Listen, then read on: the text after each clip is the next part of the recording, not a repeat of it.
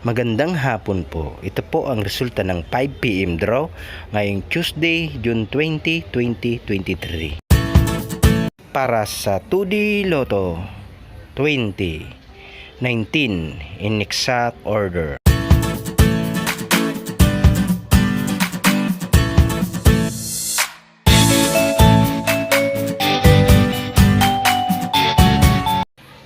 At para naman sa 3D Lotto 5, 9, 3 in exact order.